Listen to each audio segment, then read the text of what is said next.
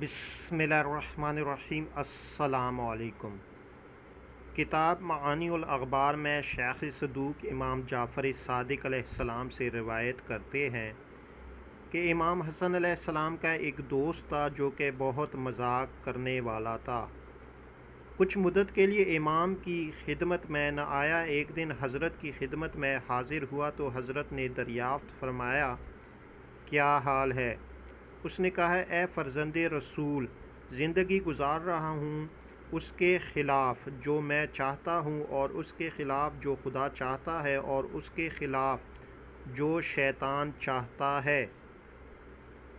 حضرت امام حسن علیہ السلام ہنسے اور فرمایا، وہ کس طرح؟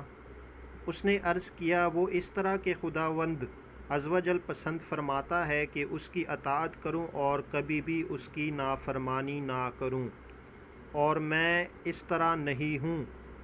اپنے لیے پسند کرتا ہوں کہ ہرگز نہ مروں، مگر اس طرح بھی نہیں ہوں۔ ایک اور شخص کھڑا ہوا اور عرض کیا، اے فرزند رسول صلی اللہ علیہ وآلہ وسلم، ہم موت کو ناپسند کیوں کرتے ہیں اور اس کو دوست کیوں نہیں رکھتے؟